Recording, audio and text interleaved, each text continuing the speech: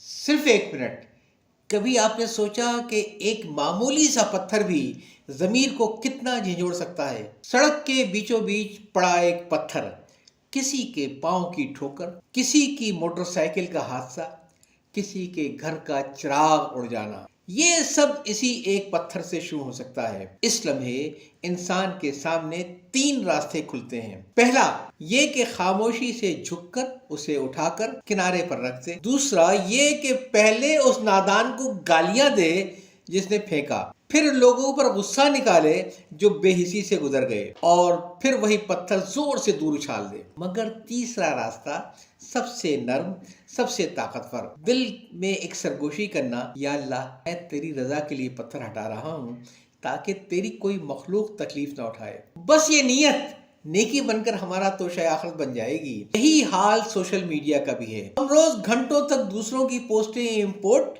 اور پھر ایکسپورٹ یعنی فارورڈ کرتے ہیں۔ اگر صرف نیت کر لی جائے کہ ایسی بات آگے بڑھاؤں گا جس سے کسی کے دل کو سکون ملے، کسی ذہن کو روشنی ملے، کسی کی زندگی بدل جائے، تو یہی پوسٹ صدقہ جاریہ بن جاتی ہے۔ کسی اچھی پوسٹ پر لائک نہ کریں، بلکہ اسے بنانے یا فارورڈ کرنے والے کو ان باکس میں پیغام لکھ کر بھیجیں کہ اس کی بنائی ہوئی یا فارورڈ کی ہوئی پوسٹ آپ کے لیے کتنی اہم تھی، اور خواہش ظاہر کریں کہ وہ آئندہ بھی ایسی ہی چیزیں ڈالا کرے گا۔